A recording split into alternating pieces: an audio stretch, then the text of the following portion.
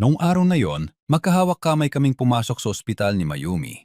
Ang nasa isip ko lang ay isa itong simpleng check-up. Ngunit pagpasok pa lang ni Mayumi sa laboratory para sa pagsusuri ng ihi, biglang lumapit sa akin ang doktor at may ibinulong na salita na tila nagpatigil sa pag-agos ng dugo ko. Magmadali ka. Tumawag ka na ng pulis. Bakit ganon? Anong nangyayari kay Mayumi? At ano ang nakatago sa likod ng mga salitang iyon? Kinabukasan, lumabas ang katotohanan na nagulat at nagpabigla sa aming lahat. Noong araw na yon, malamig ang simoy ng hangin sa Maynila, ngunit ang puso ko naman ay tila nababalutan ng yelo. Madalas kasing nagrereklamo ang asawa kong si Mayumi na pagod siya. Nanging itim ang ilalim ng kanyang mata at wala siyang ganang kumain. Ilang beses ko siyang kinumbinsi bago siya sumama sa akin para magpatingin. Bata pa si Mayumi, mabait at masipag. Ang maisip ko lang, baka anemic siya o kaya'y may matinding stress. Pero sa loob ko, hindi ako mapakali. Sabi nila, matibay daw ang mga lalaki. Pero kapag nakikita mo ang mahal mo na humihina araw-araw, sinong hindi matatakot? Punong-puno ang ospital. Ang hallway ay siksikan sa mga pasyente. Hawak ni Mayumi ang kamay ko. Napakalamig ng palad niya at nag-aalala ang tingin sa paligid. Pinakaalma ko siya. Huwag kang matakot. Nandito lang ako. Tumango siya. Bahagyang napakagatlabi at pumasok na sa silid ng laboratory. Naghintay ako sa labas. Balisa ang isip. Ang malakas na boses na tumatawag sa pangalan ng mga pasyente, ang amoy ng disinfectant, lahat ng yon ay lalong nagpatinde sa kaba ko. Ang tanging hiling ko lang ay maging normal ang resulta para makabalik na kami sa aming maliit na tahanan.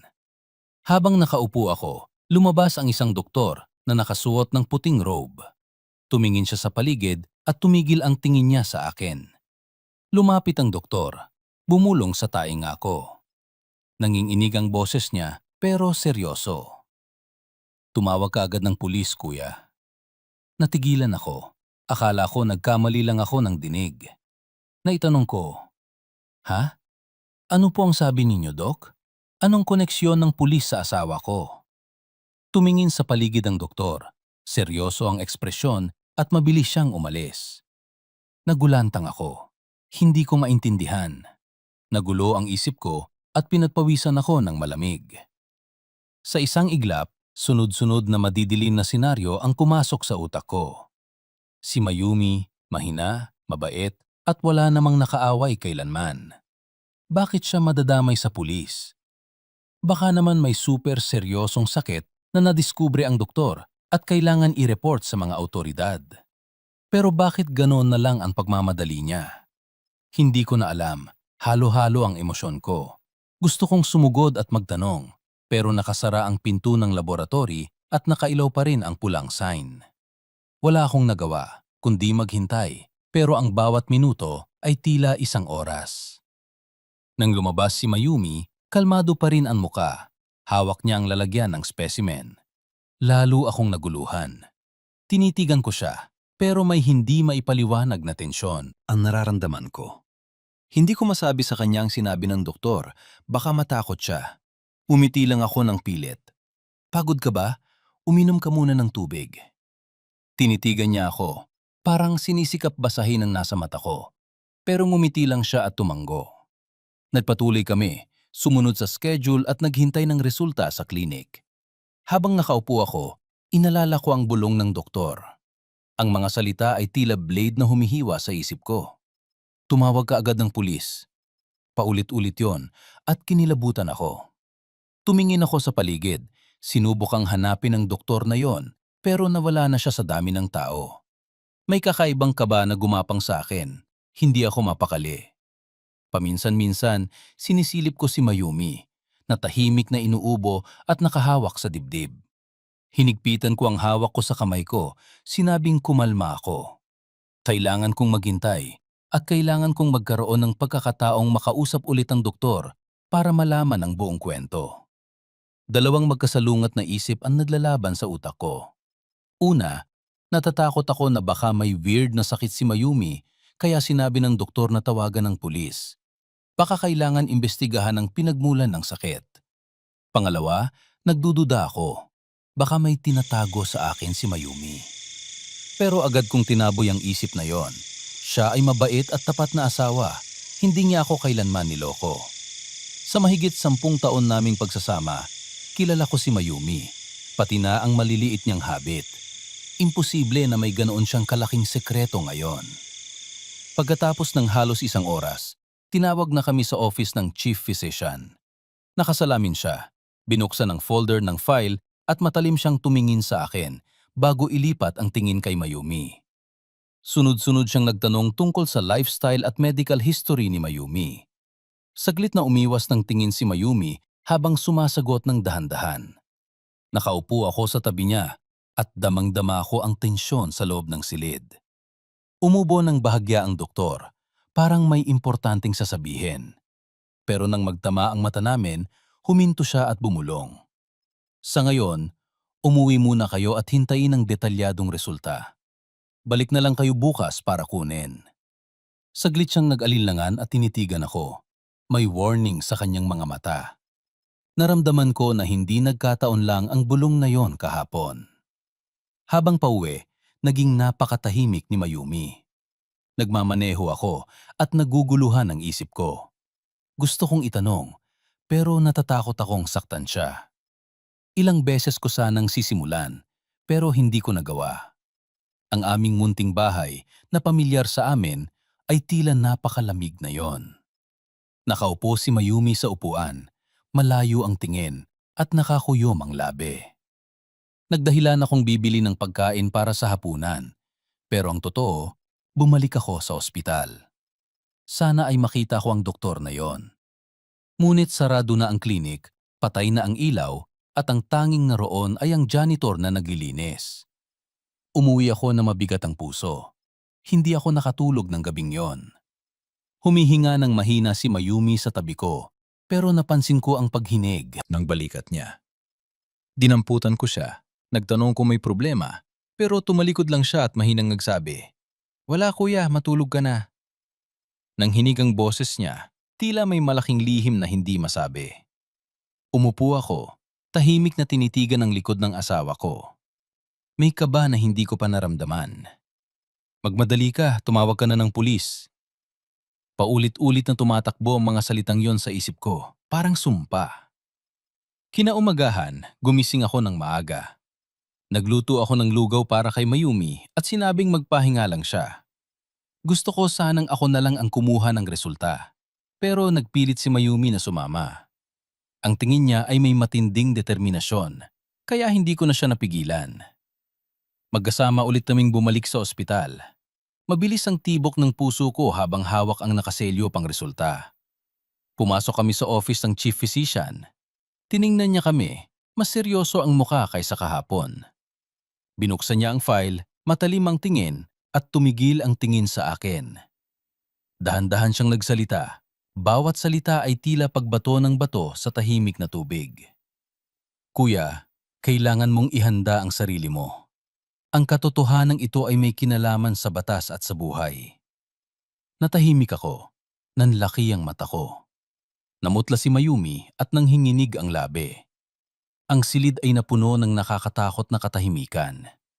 Naririnig ko ang malakas na tibok ng puso ko sa dibdib.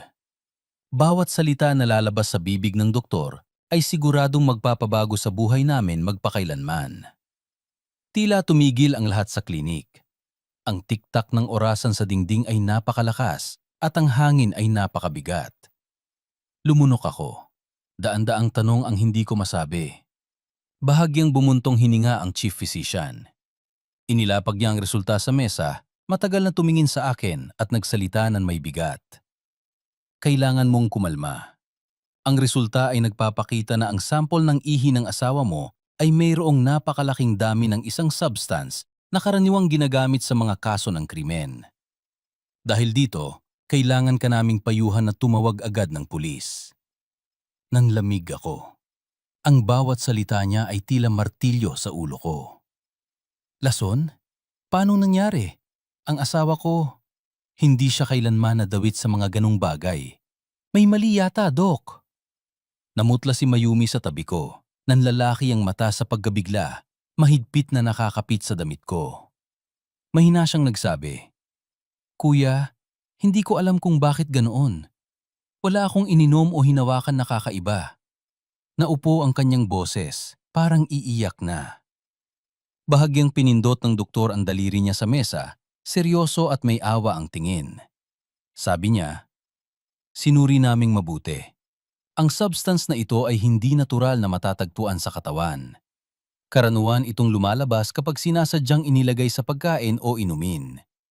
Ang problema ay hindi lang ang kalusugan ni Mayumi, kundi ang buhay niya. Kung hindi ito nadiskubre ng maaga at nagtagal pa, magiging malala ang resulta." Nagalinlangan siya at bumaba ang boses niya. "Kaya kuya, kinailangan kitang bulungan kahapon. Hindi ito dapat baliwalain." Sumikip ang dibdib ko. Tila nawawalan ako ng hinina. Kung gayon, nilalason ng asawa ko. Sino ang may kakayahang gumawa ng ganoon? Hinawakan ko ng mahigpit ang kamay ni Mayumi. Napakalamig ng palad niya. Pinagpapawisan siya, tila galing siya sa bangungot. Tinitigan ko ang doktor at ang boses ko ay pilit na lumabas sa pagitan ng mga ngipin. "Dok, sabihin niyo sa akin ang totoo. Gaano ito kaseryoso? Maililigtas pa ba ang asawa ko?" Tumanggo ang doktor. Malungkot ang mga mata niya. "Maililigtas pa kung maaga nating matutukoy at maaalis ang source ng lason. Pero ang mahalaga, kuya, ay malaman kung sino ang nasa likod nito. Kung hindi, hindi siya magiging ligtas kailanman." Natigilan ako. Umikot ang mundo ko. Daan-daang muka ang pumasok sa isip ko. Sinubukan kong isipin kung sino ang magsasagawa nito sa amin. Pero wala akong maisip. Wala kaming kaaway. Tumingin ako kay Mayumi. Nakakagat ang labi. At ang mga mata niya ay may takot at kawalang magawa. Niyakap ko siya ng maigpit. Bumulong. "Huwag kang mag-alala. Hindi ko hahayaang may mangyari sa'yo. Pangako." Tumulo ang luha ni Mayumi sa pisngi niya at umiyak siya sa dibdib ko. Dahan-dahang nagsalita ang doktor. "Huwag kayong magsasabi kahit kanino. Ipadadala ko ang file na ito sa pulis. Pero uulitin ko, nasa panganib ang buhay ni Mayumi. Kailangan mong mag-ingat ng sobra." Huminto siya. Tinitigan ulit ako, tila may idadagdag. Pero hindi na siya nagsalita. Baka natatakot siya na baka ang kaunting pagkakamali ay lalong magpagulo sa sitwasyon. Umalis kami sa klinik na napakabigat ang loob. Mahigpit ang hawak ni Mayumi sa kamay ko. Ramdam ko ang kuko niya sa balat ko. Paglabas namin sa ospital, maaraw ang umaga, pero madilim ang nakikita ko. Tahimik si Mayumi sa sasakyan. Malayo ang tingin. Nagmamaneho ako at nag-iisip ako. Sasabihin ko ba sa pamilya o itatago? Tatawag ba ako agad ng pulis o maghihintay pa ako para maghanap ng clue? Magulo ang isip ko at hindi ko makita ang daan. Pag-uwi, inalalayahan ko si Mayumi na umupo. Niyakap niya ako ng maigpit, nanginginig ang boses. "Kuya, sino ang gustong kumatay sa akin? Wala naman akong kasalanan sa sinuman." Huminto siya at bigla siyang tumakip sa bibig. May takot sa mga mata. Hinawakan ko ang kamay niya.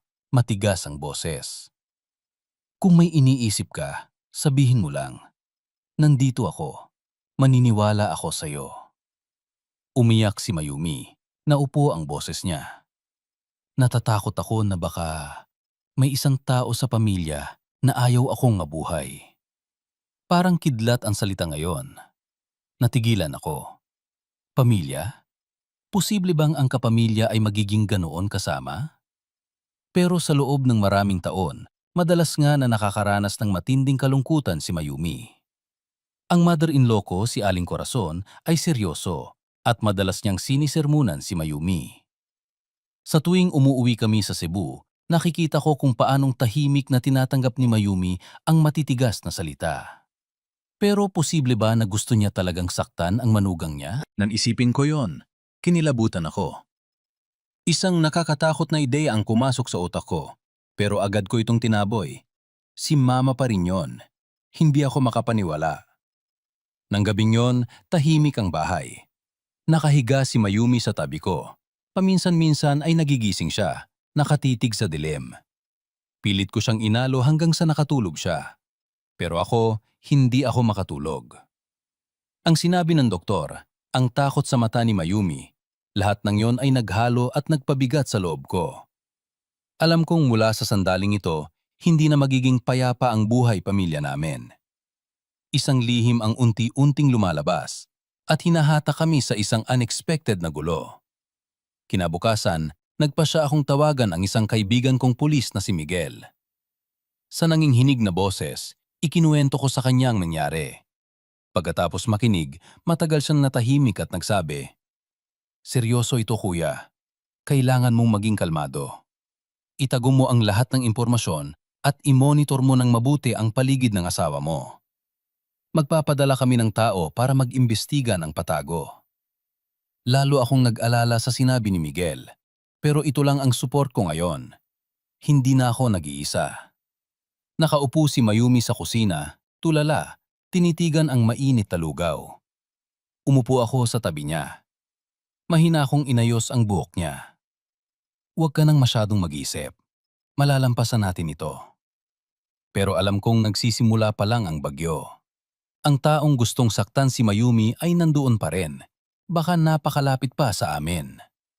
At ako, mula sa isang ordinaryong asawa, kailangan kong maging shield para sa asawa ko sa delikadong labanan na ito. Ang tingin ni Mayumi sa akin ay puno ng matinding takot, pero may tiwala. Niyakap ko siya at sa loob ko nanumpa ako. Kahit sino pa siya, kapamilya man o hindi, ilalabas ko ang katotohanan. Poprotektahan kita. Sa mga sumunod na araw, naging mabigat ang hangin sa bahay. Tila may itim na ulap na nakasampay sa bubong. Halos wala nang ganang kumain si Mayumi. Tahimik siyang nakaupo. Malayo ang tingin. Pinilit kong maging normal. Bumili ng bulaklak at nagluto ng mga paborito niya. Pero hindi ko maalis ang pag-aalala sa mata niya. Sa tuwing nakikita ko ang payat na itsura ni Mayumi, parang naiipit ang lalamunan ko. Alam kong may gustong kumuha sa buhay niya. Pero sino siya? Hindi ko alam. Isang gabi habang kumakain kami, tumunog ang telepono ko. Si Mama, si Aling Corazon yon. Pamilyar ang boses niya. Seryoso pa rin. "Sa weekend, umuwi kayo sa probinsya. Gusto kong magkita-kita tayong lahat." Nag-alinlangan ako dahil mahina pa ang kalusugan ni Mayumi. Pero hindi ako binigyan ni Mama ng pagkakataong tumanggi. "Huwag kang magdahilan. Kung may sakit ang asawa mo, lalo siyang kailangang umuwi. Gusto kong makita." "Anong klaseng manugang yan? Napakahina? Hindi makatulong sa mga gawaing bahay?" Hinawakan ko ang kamay ni Mayumi sa ilalim ng mesa. Malamig at nanginhinig. Pagkababa ng telepono, tumingin sa akin si Mayumi. Umiiyak ang mga mata niya. "Kuya, ayaw kong umuwi. Natatakot ako." Natahimik ako. Sa puso ko, may pag-aalinlangan din ako. Ang sinabi ni Mayumi noong gabing yon ay umukilkil sa isip ko. Natatakot ako na baka may isang tao sa pamilya. Buntong hininga ako, niyakap ko ang asawa ko. Alam ko, pero kung hindi tayo uwi, magagalit si Mama. Saka gusto ko ring makita kung may kakaiba sa bahay. "Huwag kang mag-alala, nandito ako sa tabi mo." Maingat akong naganda. Ako mismo ang nagluto ng agahan. Sinuri ko ang pagkain at inumin para kay Mayumi at hindi ko hinayaang may hawakan siyang kakaiba. Lihim din akong tumawag kay Miguel. Humiling na magpadala ng tao para magbantay. Kung may abnormal, kailangan nilang umaksyon agad. Tanghali ng weekend, umuwi kami sa Cebu. Pagpasok pa lang namin sa gate, nakita ko si Mama na nakaupo sa upuan, matalim ang tingin kay Mayumi. Sinabi niya ng walang ekspresyon, "Bakit ka ganyan kapayat? May sakit ka ba talaga? Ang manugang ng iba, nagtatrabaho at nag-aasikaso ng bahay, hindi katulad mo." Yumuko si Mayumi. Tahimik na tinanggap ang mga salita. Nakita kong namumula ang mata niya. Nanikip ang dibdib ko, pero nagtiis ako. Sa hapunan, punong-puno ng masasarap na pagkain ng mesa. Sunod-sunod na naglagay si Mama ng ulam sa plato ni Mayumi. Matigas ang boses. Kumain ka para lumakas. Tingnan mo ang itsura mo, payat na payat. Ang mga babae, kapag hindi nangganganak at hindi nag-aasikaso ng bahay, wala nang silbi. Sinilip ko ang bawat ulam. Nag-iingat ako. Naalala ko ang sinabi ng doktor, kaya maingat ako sa bawat spoonful na ilalagay ko sa plato ni Mayumi. Yumuko lang si Mayumi. Pilit na kumain ng kaunti. Ang tingin niya ay may pag-aalala. Pagkatapos ng hapunan, lihim akong nagbantay. Napansin ko si Mama na matagal na nagtagal sa kusina. Ang kamay niya may hawak na maliit na garapon ng seasoning at mabilis na itinago sa bulsa. Mabilis ang tibok ng puso ko. Pumasok sa isip ko ang isang nakakatakot na ideya. Siya ba talaga ang gumawa? Pero pinili kong kumalma. Sinabi ko sa sarili ko na wag muna maghusga. Si Mama pa rin yun. Hindi ako makapaniwala hanggat wala akong proof. Nang gabing yon, habang tulog na ang lahat, nakahiga kami ni Mayumi sa lumang kwarto. Nakaharap si Mayumi sa dingding. Mahina ang boses. Kuya, ibang tingin ni Mama sa akin. Parang kinamumuhian niya ako. Kung siya talaga ang gustong manakit sa akin.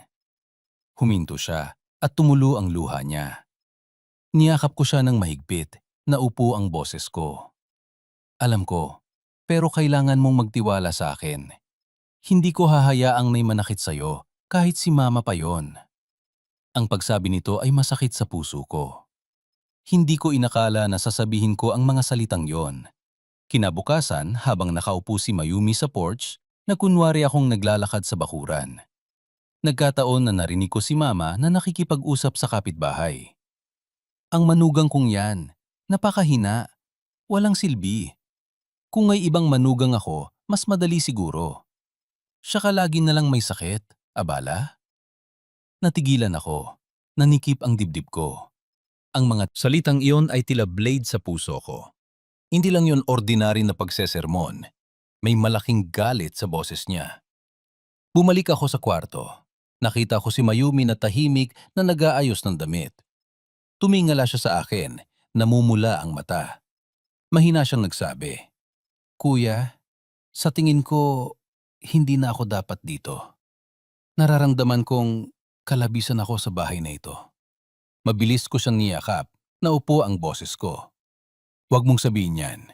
Ikaw ang asawa ko, ang pinakamamahal ko. Kahit iwanan ka pa ng buong mundo, hindi kita iiwan. Pagkasabi ko nito, hinigpitan ko ang yakap ko sa balikat niya. Sa loob ko, umapaw ang matinding damdamin. Nagsimula akong maniwala na ang babala ng doktor ay hindi lang tungkol sa kalusugan, kundi may matinding panganib mula sa mga taong pinakamalapit sa amin. Sa pagbalik namin sa lungsod, lalo akong nag-ingat. Ako ang naghanda ng lahat para kay Mayumi. Mula sa pagkain hanggang sa tubig, ako ang nag-asikaso. Naglagay din ako ng maliit na kamera sa kusina at living room. Tumawag si Miguel, nagutos. Tama ang ginagawa mo. Itago mo ang lahat ng pinagdududahan mo bilang ebidensya. Aaksyon kami agad, pero kailangan mong maging kalmado. Nang gabing yon, habang sinusuri ko ang kamera, may kakaiba akong nakita. Ang garapon ng seasoning na hawak ni Mama sa Cebu ay nakita ko rin sa bag na ipinadala niya sa amin. Sabi niya, bago ang nagawa sa bahay para kay Mayumi. Kinilabutan ako. Sumiklab ang matinding hinala ko. Hindi ko hinayaang kainin ni Mayumi. Tahimik ko itong itinago sa aparador. Plano kong dalhin kay Miguel para suriin kinabukasan. Hindi ako nakatulog ng gabing yon. Tahimik akong nakaupo. Tinitigan si Mayumi na tulog sa tabi ko. Ang dilaw na ilaw ay tumama sa payat niyang muka. Sumikip ang dibdib ko. Naisip ko, kung si Mama talaga ang gumawa, masakit yon. Pero kailangan kitang protektahan kahit anong mangyari. Pakiramdam ko, ang katotohanan ito ay maglalantad ng isang lihim na mas masakit pa sa naisip ko.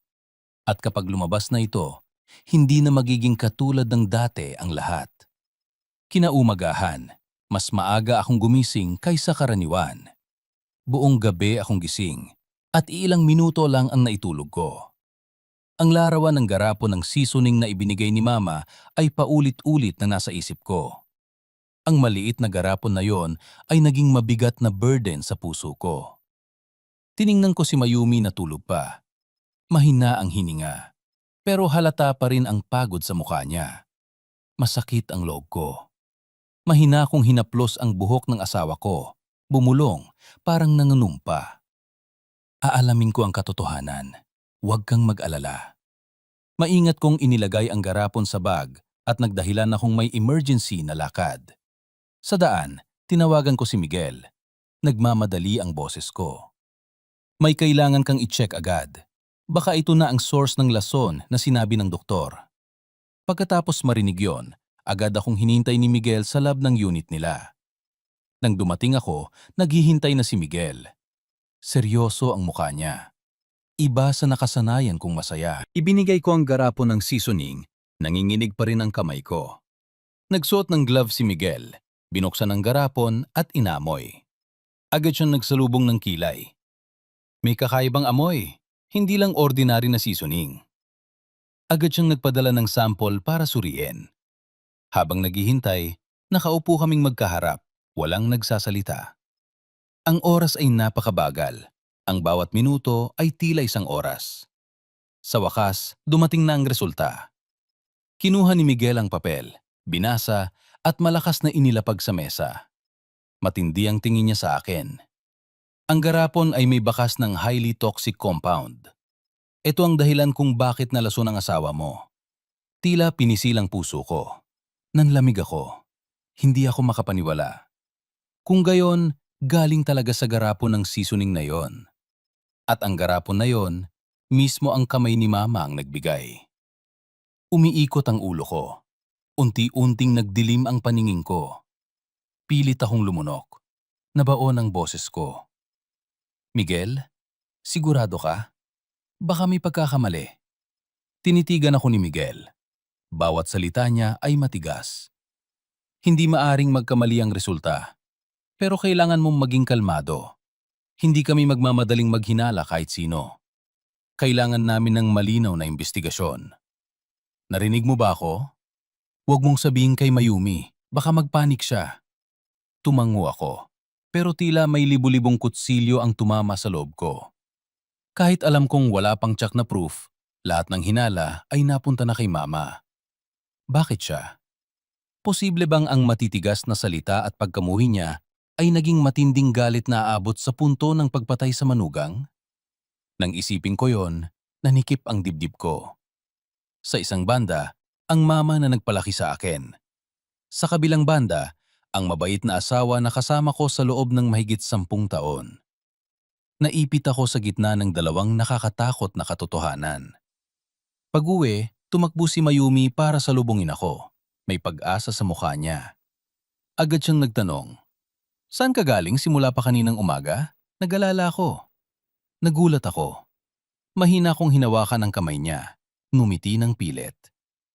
"Nakipagkita lang ako sa kaibigan. May trabaho lang. Huwag kang mag-alala." Pero sa mata ni Mayumi, nakita ko ang pagdududa. Siguro may sense siya, pero pinili niya pa ring manahimik. Sa mga sumunod na araw, nabuhay ako sa pag-aalala. Lalo pang humina si Mayumi. Sa tuwing nakikita ko siyang pilit kumakain, lalo akong nasasaktan. Itinago ko ng mabuti ang garapon ng seasoning, pero ang imahe nito ay haunting pa rin. Sinimulan kong i-monitor ang bawat tawag ni Mama. Kakaiba. Madalas siyang magtanong tungkol sa kalusugan ni Mayumi. Iba sa nakasanayan niyang indifference. Pero sa boses niya, ramdam ko ang pilit, tila may sinusuri. Isang gabi, nang aayusin ko ang kusina, nakita ko si Mayumi na nakatayo, nakatingin sa aparador kung saan ko itinago ang garapon. Paglingon niya, puno ng luha ang mata niya. "May tinatago ka sa akin, hindi ba kuya? Nararamdaman kong hindi ka nakatulad ng dati." Hindi ako makasagot. Hindi ko alam ang sasabihin. Niyakap ko lang siya ng mahigpit, bumulong. "Hindi kita tinataguan. Gusto ko lang na maging payapa ka. Sandali na lang at sasabihin ko sa iyo ang lahat." Hindi ako makatulog ng gabing yon. Ang puso ko ay tila binabagyo. Kung ang katotohanan ay tama sa resulta ng test, paano ko haharapin si mama? Paano ko tatanggapin ang ganun kasakit na katotohanan? Pero kung mananahimik ako, lalo pang mapapahamak si Mayumi. Sa pagitan ng blood relation at marital vow, alam kong kailangan kong magdesisyon. Kinabukasan, tumawag si Miguel. Seryoso ang boses niya. Nag-report na kami sa higher ups. Sa ngayon, mag-iimbestiga kami ng patago. Kailangan mong mag-ingat ng sobra. Pero tandaan mo, huwag kang umaksyon ng wala sa oras. Huwag mong ipahahayag ang hinala mo sa sinuman sa pamilya. Kung ang nasa likod nito ay kapamilya mo talaga, mas mabilis silang kikilos kapag nakita nilang nagdududa ka. Nanginginig ako. Hindi ko kailanman naramdaman na napakaliit at napakahina ko. Pero tumingin ako kay Mayumi. Pilit siyang ngumiti. Nagbigay yon ng lakas sa akin. Alam kong hindi ako dapat sumuko. Nang araw na yon, habang nagpapahinga si Mayumi, lumabas ako sa balcony, nag-iisa. Hapon na, malamlam ang sikat ng araw. Binuksan ko ang telepono ko. Tiningnan ko ang photo ng test result na ipinadala ni Miguel. Ang malalamig at tuyong mga salita ay tila blade sa puso ko. Pumikit ako, bumulong, parang pinapaalala sa sarili ko. Kahit gaano pa kasakit ang katotohanan, kailangan ko itong harapin. Kailangan kitang protektahan, Mayumi. Bigla, tumunog ang telepono ko. Si Mama ang tumatawag. Nagalinlangan ako, pero sinagot ko. Mas malambing ang boses niya kaysa dati. Anak, kumusta ang kalusugan ni Mayumi? Kumakain ba siya ng maayos? Kailangan pa ba niyang padalhan ng pagkain? Nagulat ako. May kakaibang kaba ang sumulpot. Hindi pa siya kailanman nag-alala ng ganoon kay Mayumi. Pinilit kong maging kalmado ang boses ko. Okay lang siya, Ma. Ako na po ang bahala. Huwag na po kayong mag-abala. Natahimik siya. Bahagya siyang ngumiti. Sige, mag-ingat ka. Pero tandaan mo, huwag mong itatapon ang garapon ng seasoning na ibinigay ko. Napakabuti niyan. Makakatulong yan para bumalik ang lakas niya. Nang marinig ko yon, kinilabutan ako. Naging matigas ang katawan ko. Mahigpit ang hawak ko sa telepono. Ang sinabi niya ay parang isang knife na nagkumpirma sa hinala ko. Pilit kong sinagot ng maikli. Opo, Ma, naalala ko. At mabilis kong pinatay ang telepono. Pinagpawisan ako ng malamig. Napaupo ako sa upuan. Ang puso ko ay tila sasabog. Haharapin ko ba ang pinakamasakit na katotohanan sa buhay ko? Isang tanong lang ang umukilkil sa isip ko. Kung si Mama talaga ang gustong saktan si Mayumi, ano ang gagawin ko? Matagal akong umupo pagkatapos ng tawag. Nanginginig pa rin ang kamay ko. Ang salitang, "Huwag mong itatapon ang garapon ng seasoning na ibinigay ko," ay paulit-ulit na umuukilkil sa isip ko. Alam ko, kung wala ang test result mula kay Miguel, baka binaliwala ko lang yon at inisip na ordinary na pag-aalala lang. Pero ngayon, bawat salita, bawat kilos ni Mama ay tila may matalim na dulo, tumatama sa puso ko. Nang gabing yon, napansin ni Mayumi ang pagiging tulala ko. Umupo siya sa tabi ko, tinitigan ako ng malalim. May tinatago ka sa akin, hindi ba kuya? Nararamdaman kong napakadelikado ng lahat. Sabihin mo na sa akin ang totoo. Sino ang gustong manakit sa akin? Wala akong lakas para sumagot. Paano ko sasabihin sa asawa ko na ang taong tinatawag niyang mother-in-law na tunay kong ina ay ang may pinakamalaking hinala? Ang pagsabi noon ay tila pagsira sa tiwala at mas magpapalala sa sugat ni Mayumi. Niyakap ko lang siya ng mahigpit, mahina akong bumulong. Hindi ko pa alam ang buong katotohanan. Pero pwede mo ba akong tiwalaan? Poprotektahan kita. Natahimik si Mayumi, pero naramdaman kong tumulo ang luha niya sa balikat ko. Hindi na siya nagtanong, pero mas nag-aalala ang mga mata niya. Alam kong ang silence na yon ay isang form ng sakit. Sa mga sumunod na araw, lalo akong naging alert. Sinaraduan ko ng mabuti ang pinto. Sinuri ko ang bawat package na ipinadala. Hindi ko hinayaang may hawakan si Mayumi na hindi ko alam ang pinagmulan. Lalo namang kumayat si Mayumi. Ang mata niya ay deeply sunken at maputla ang labi niya. Sa tuwing nakikita ko siyang pilit kumakain ng lugaw, lalo akong nasasaktan. Kung may isang taong lihim na gumagawa nito, Mas masama pa siya kaysa sinumang kaaway na naisip ko. Isang hapon, tumawag si Mama. Mas matamis ang boses niya kaysa karaniwan. Anak, umuwi kayo sa susunod na linggo. May importante akong sasabihin. Namimiss ko na ang manugang ko. Kinilabutan ako.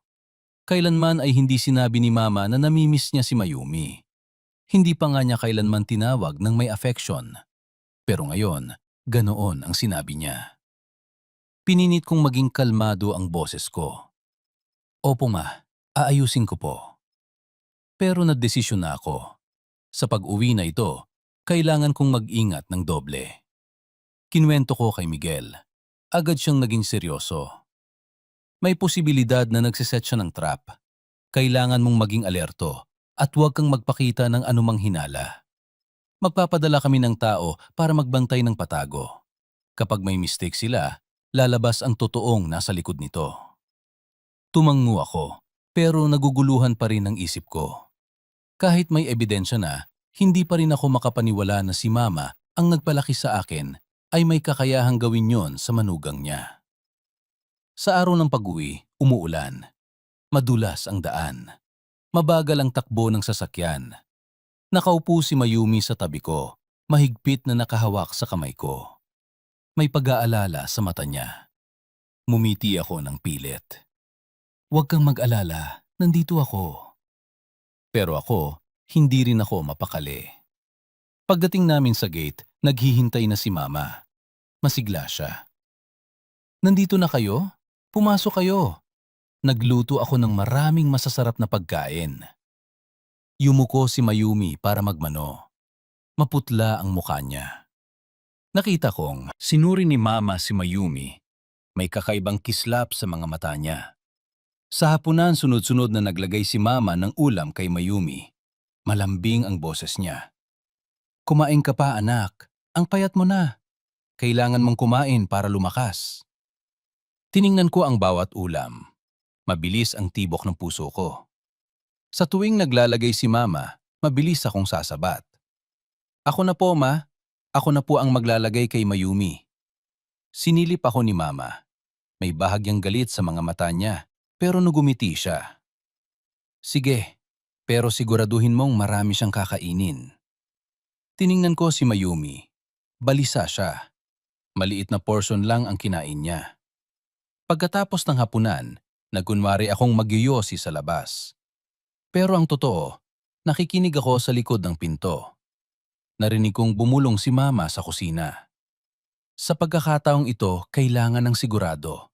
Hindi na pwedeng makatakas pa. Natigilan ako. Umakyat ang dugo sa ulo ko. Sino ang pinagsasabihan niya? Si Mayumi ba? Gusto kong sumugod at magtanong, pero pinigilan ako ng isip ko. Kung magmamadali ako, masisira ang lahat. Mas mag-iingat ang suspect. Huminga ako ng malalim. Pumalik ako sa kwarto na parang walang nangyari. Nang gabing yon, hindi ulit makatulog si Mayumi. Maigpit siyang nakahawak sa kamay ko, bumulong. Kuya, iba ang tingin ni Mama sa akin. Natatakot ako. Hinaplos ko ang buhok niya, inalo. Alam ko, pero magtiwala ka. Hindi kita iiwan na mag-isa. May mangyari man, ako ang haharang para sa'yo. Umiyak si Mayumi sa dibdib ko. Natahimik ako.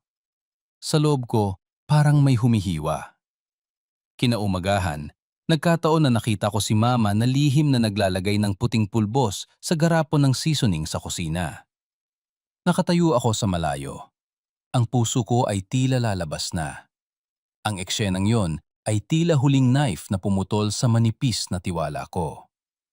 Pero nagkunyari akong wala akong nakita. Tahimik akong pumasok sa kwarto. Binalangkas ang bawat hakbang. Alam kong ito na ang oras para ilabas ang lahat kasama si Miguel. Tanghali, tahimik akong nag-text kay Miguel. Maganda ka mamayang gabi. Ilalabas ko si Mama. Kailangan natin ng malinaw na ebidensya. Maikli ang sagot niya. Huwag kang mag-alala, nandoon kami. Huminga ako ng malalim. Pinilit kong maging kalmado. Tiningnan ko si Mayumi na natutulog. Namumula ang mga mata dahil sa kulang sa tulog. Lalo akong nagpursige. Kahit gaano pa kasakit, kailangan kong alamin ang katotohanan. Gabi na. Ang bahay ay may dilaw at mahinang ilaw. Naglagay si Mama ng pagkain sa mesa. Tinawag kaming kumain. Tahimik akong nagmasid sa bawat kilos niya. Nang iabot niya ang soup bowl kay Mayumi, bahagyang nanginginig ang kamay niya. Pero may kakaibang kislap sa mga mata niya. Agad kong kinuha ang soup bowl na gumiti ng pilit. Ako na po ang kukuha para kay Mayumi.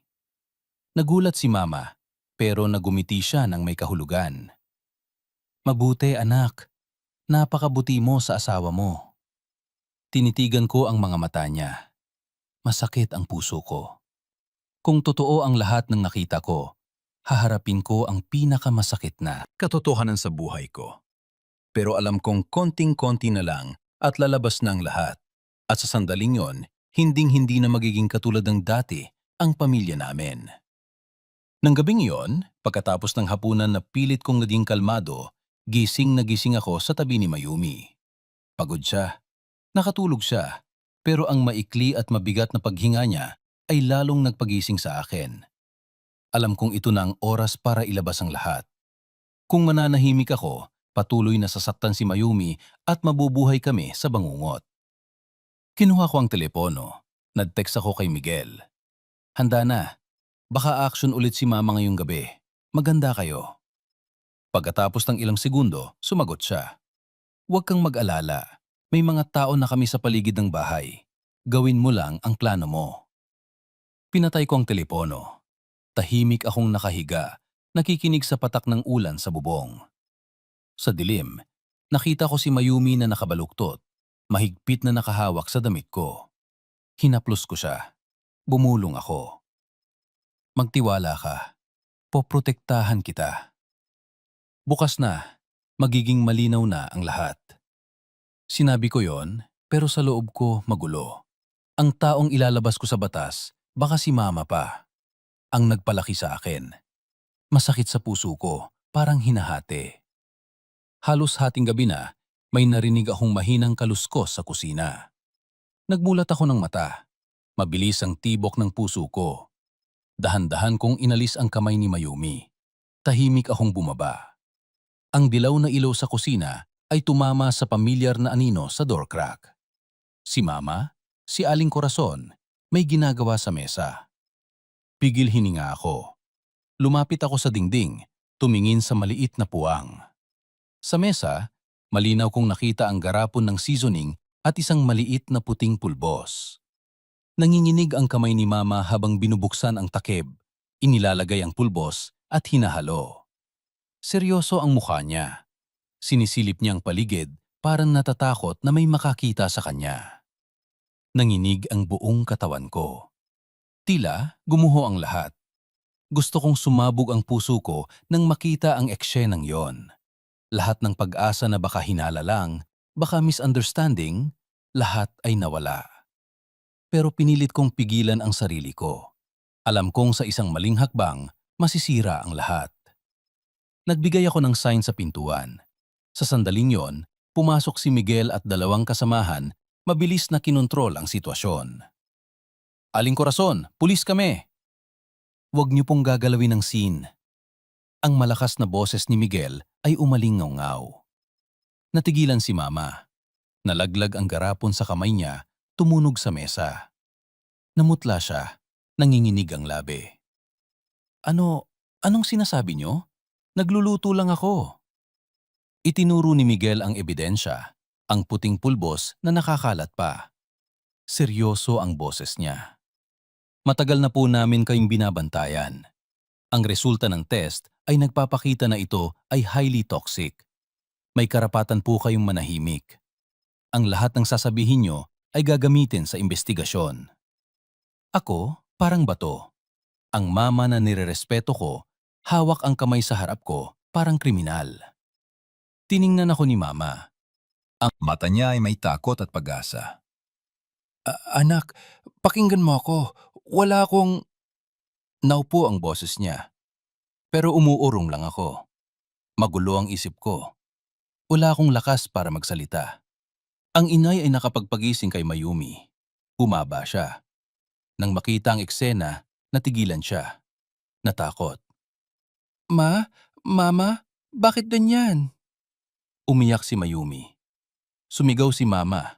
Pilit kumawala sa hawak ng pulis. Hindi ko sinasaktan ng asawa mo. Gusto ko lang... At umiyak siya. Hindi na makatapos ng salita. Nag-sign si Miguel sa kasamahan niya na hawakan si Mama. Tumingin siya sa akin. Ito pa lang ang simula. Iimbestigahan namin ng mabuti. Pero unti-unti nang lumalabas ang katotohanan. Maghanda ka. Napaupo ako. Niyakap ko ang ulo ko. Ang buong bahay ay tila sumasabog sa iyak ni Mama, hikbi ni Mayumi, at malakas na tibok ng puso ko. Hindi ko inakala na mangyayari sa akin ang sitwasyong ito. Sa isang banda, ang asawa ko na may lason sa katawan. Sa kabilang banda, ang mama ko na pinaghihinalaang suspek. Ang sakit na yon ay tila humihiwa sa puso ko. Pagkatapos i-document ang lahat, pansamantalang dinala si Mama sa headquarters para tanungin. Bago umalis, tumingin siya sa akin, puno ng pag-asa ang mga mata. Kailangan mong maniwala sa akin. Hindi ko gustong saktan ang asawa mo. Ang mga salitang iyon ay tila humihiwa sa loob ko. Tumayo lang ako, tahimik na nakatingin. Pilit kong pinigilan ang luha ko. Nang magsara ang pinto, nabalot ng nakakatakot na katahimikan ng bahay. Napaupo si Mayumi sa upuan.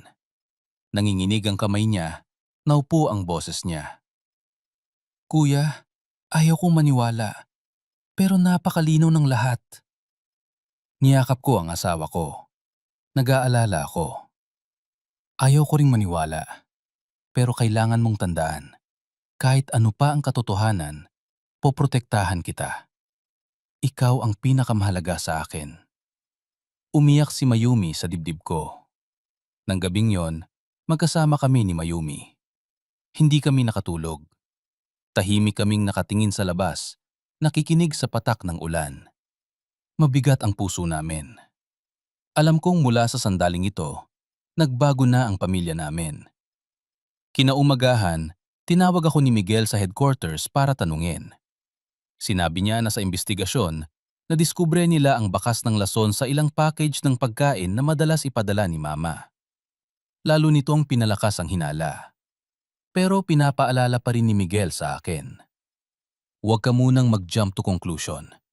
Minsan, ang real suspect ay gumagamit sa mama mo o itinatago ang lason sa mga pagkain na binili niya.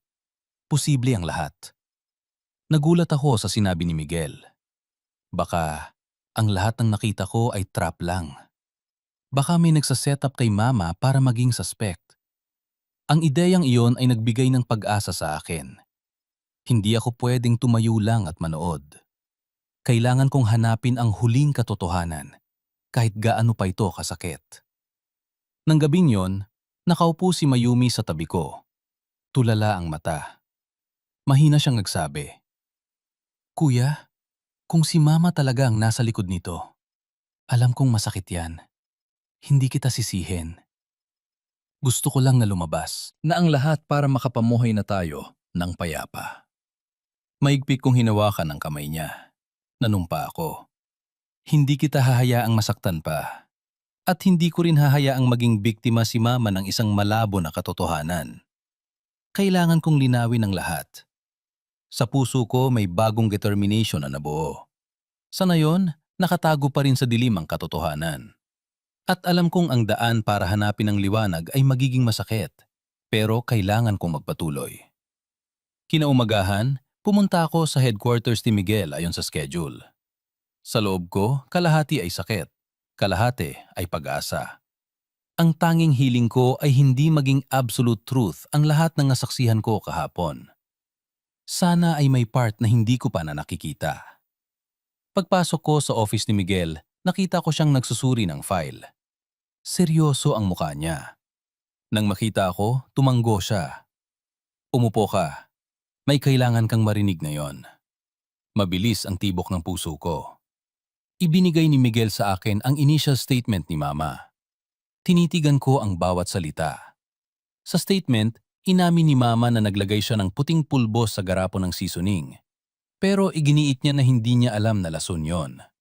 Sabi niya, may matandang kakilala na madalas bumisita sa bahay. Sinabi na yon ay supplement para kay Mayumi at inutusan siyang ilagay sa pagkain ng manugang niya. Sinabi ng taong yon na mahina si Mayumi dahil sa bad energy at kailangan ng gamot na yon para i-regulate ang katawan. Dahil sa tiwala, sinunod niya. Hindi niya inakala na ginagamit lang pala siya. Natigilan ako.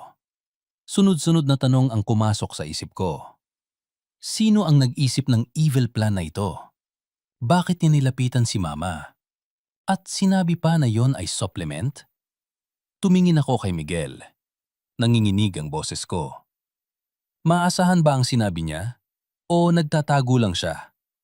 Nakakrus ang kamay ni Miguel. Seryoso ang tingin.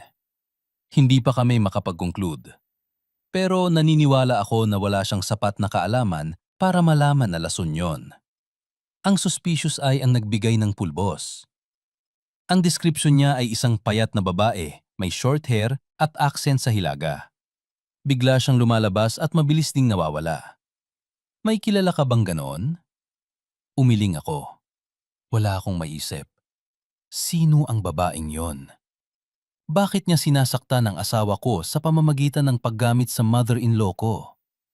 Gumaan ng kaunti ang pakiramdam ko dahil hindi si Mama ang mastermind. Pero kinilabutan ako. Ibig sabihin, ang mastermind ay nandoon pa rin. Naghihintay. Hindi pa nagpapakita. Nagpatuloy si Miguel. Nakakuha pa kami ng ilang pulbos sa aparador ni Mama. Pareho ang resulta sa test. Parehong lason. Ibig sabihin, ilang beses nang gumisita ang babaeng yon. At may preparation siya. Malinaw ang target, si Mayumi. Ang problema, bakit siya? Ang tanong ni Miguel ay tila humihiwa sa puso ko. Bakit si Mayumi? Siya ay mabait at wala naman siyang kaaway. Natulala ako. Sinubukan kong i-recall ang alaala. Si Mayumi ay accountant sa isang maliit na kumpanya. Pag-uwi, nag-aasikaso lang siya. Ilang kaibigan lang niya. Hindi siya mahilig makihalubilo. Baka may nagsiselo sa kanya? O baka may lihim na hindi ko alam. Umalis ako sa headquarters na mabigat ang loob. Pag-uwi, nakita ko si Mayumi na nakaupo sa tabi ng bintana. Malayo ang tingin. Nang makita ko, tumayo siya. Agad siyang nagtanong. Kumusta si Mama? Siya ba talaga? Hinawakan ko ang malamig na kamay ng asawa ko. Tiningnan ko ang mata niya. Si Mama, hindi siya ang mastermind. Ginamit lang siya. May isang tao na nagbigay ng pulbos sa kanya. Sinabi na yon ay supplement. Iyon ang totoong delikado. Natigilan si Mayumi. Nang lalaki ang mata niya. Ibang babae. Pero sino? Wala akong kontak sa sino mang ganoon. Niyakap ko siya. Mahina akong nagsabi. Naniniwala ako sa'yo. Pero baka kailangan nating pag-isipan ulit. Baka kapitbahay, katrabaho, o dumaan lang. Umiyak si Mayumi sa balikat ko. Naupo ang boses niya. Kuya, natatakot talaga ako. Bawat araw pakiramdam ko nasa bingit ako ng hell. May gustong kumuha sa buhay ko at hindi ko alam kung sino. Wala akong magawa. Mahigpit kong niyakap ang payat niyang balikat. Naramdaman ko ang nanginginig niyang hininga. Sa loob ko, umapaw ang determination. Hindi ko hahayaang mabuhay siyang may takot kahit isang araw pa. Kahit sino pa ang nasa likod nito, hahanapin ko. Kinabukasan, kasama si Miguel, bumalik kami sa ospital. Kinausap ang chief physician na nagbulong sa akin noong unang araw. Ibinigay niya sa amin ang detalyadong record ng test result. Ang dami ng lason sa katawan ni Mayumi ay nagpapakita na gradually itong ipinasok sa loob ng maraming linggo. Tama ito sa sitwasyon na madalas siyang tumatanggap ng pagkain mula kay Mama o kumakain kasama namin sa Cebu. Kung hindi kami umaksyon agad, sa loob ng isa pang buwan, tuluyan ng sisira ang kalusugan ni Mayumi. Nang marinig ko yon, Pinagpawisan ako ng malamig. Kung gayon, matagal nang nasa bingit ng kamatayan si Mayumi at hindi namin alam.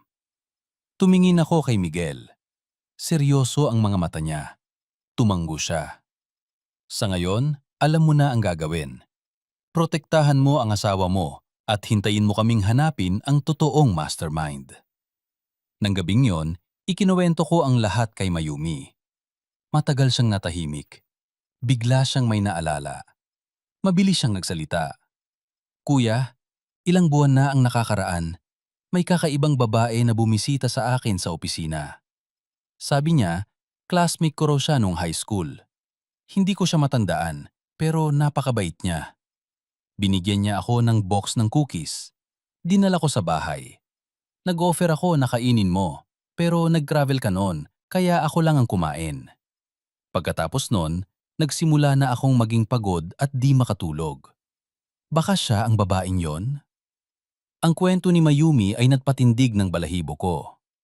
Naalala ko, sa period na yon, nagsimula si Mayumi na makaranas ng pagkahilo, insomnia at panghihina. Hinawakan ko ang kamay niya. Nagmamadali ang boses ko. Naalala mo ba ang mukha niya? Pwede mo bang i-describe sa akin at kay Miguel?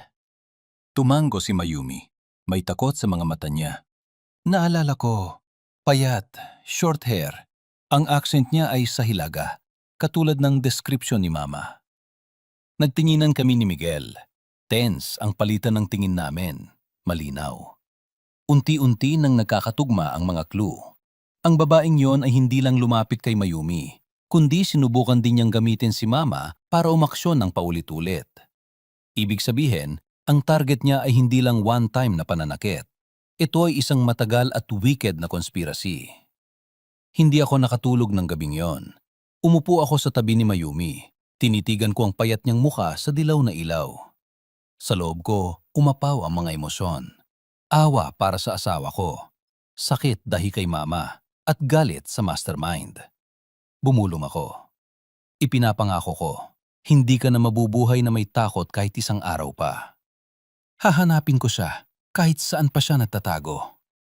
Alam kong mula sa sandaling ito, nagsisimula na ang tunay na labanan. Pagkatapos kong marinig ang kwento ni Mayumi tungkol sa cookies mula sa strange woman, nag-apoy ang loob ko. Ang mga pieces ay unti-unti nang nagkakaroon ng shape.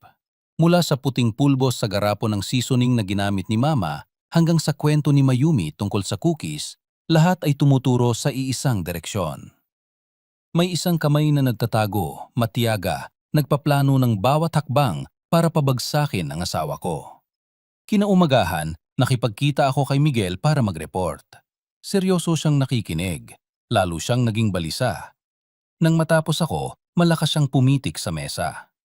Alam mo ba, ang description ni Mayumi at ni Mama mo ay exactly the same. Payat, short hair, accent sa Hilaga. Ang babaeng ito ay hindi lang basta lumabas. Nilapitan niya ang asawa at ang mama mo. Ibig sabihin, may malinaw siyang plan. Lumunok ako. Nanlamig ang dugo ko. Nagpatuloy si Miguel. Gagamitin namin ang description ni Mayumi para isketch ang mukha niya. Kapag may image na, mas madali naming mahahanap ang clue. Nang hapon na yon, sa tahimik na office, nakaupo si Mayumi sa harap ng artist. Pumikit siya. Sinubukan niyang maalala ang bawat detalye. Payat na mukha, matatalim na mata, dark skin, medyo hoarse na boses.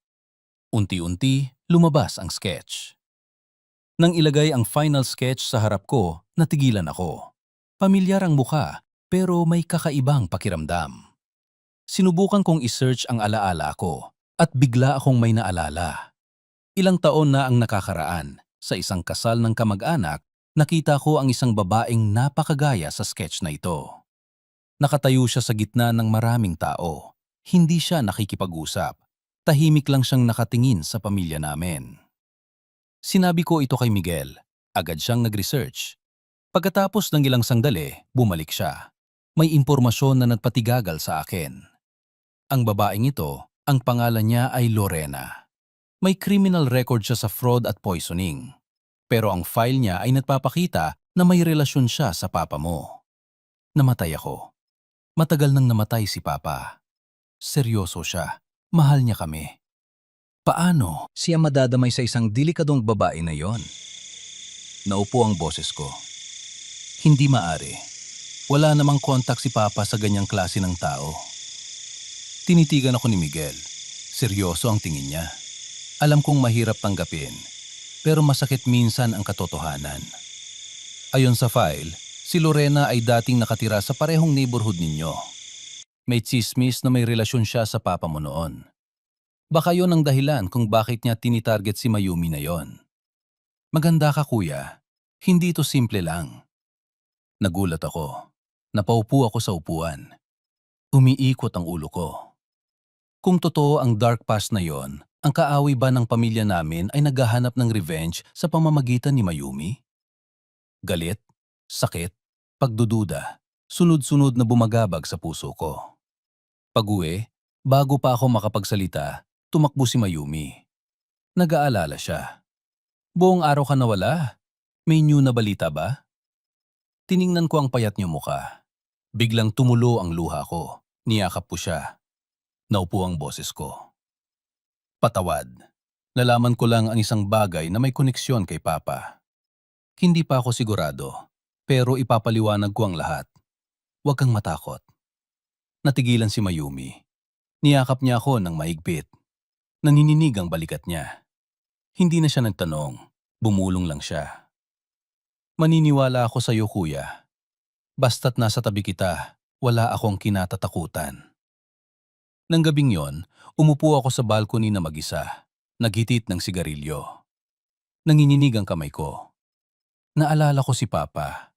Ang mga araw na nagsikap siya para mapag-aral ako. Ang Papa na yon sa alaala ko ay walang stain. Pero kung totoo ang sinabi ni Miguel, ang ghost ng nakaraan ay nagpapabigat sa susunod na generation. Mayumi ang nagdadil sa consequence. Tumingala ako sa langit. Tumulo ang luha ko. Papa, kung nagkamali ka noon, bakit kami ni Mayumi ang magdadil sa consequence na ito? Kinabukasan, nag-report si Miguel na natukoy na nila ang lugar na madalas puntahan ni Lorena, isang inuupahang bahay sa outskirts. Gabi na, tumawag si Miguel. Mag-mas-take out kami bukas. Hindi mo na kailangang sumama. Pero alam kong gusto mo. Kung ganoon, maging kalmado ka. Tumanggo ako. Nagsiklab ang galit sa loob ko. Ito na siguro ang unang pagkakataong haharapin ko ang taong muntik nang kumuha sa buhay ng asawa ko. Nang gabing yon, niyakak ko ng matagal si Mayumi. Mahina siyang nagtanong, "May mapanganib ka bang pupuntahan?" Ngumiti ako ng pilit. "Sasama lang ako kay Miguel. Walang problema. Magpahinga ka. Huwag kang mag-alala." Hinawakan ni Mayumi ang kamay ko. Malungkot ang mata niya. "Mag-ingat ka. Wala akong kailangan, kuya. Ang gusto ko lang, maging ligtas ka." Tumanggo ako. Naupo ang lalamunan ko. Kinaumagahan, kasama si Miguel at ang mga kasamahan niya, dumating kami sa bahay sa outskirts. Nagtago kami sa sasakyan.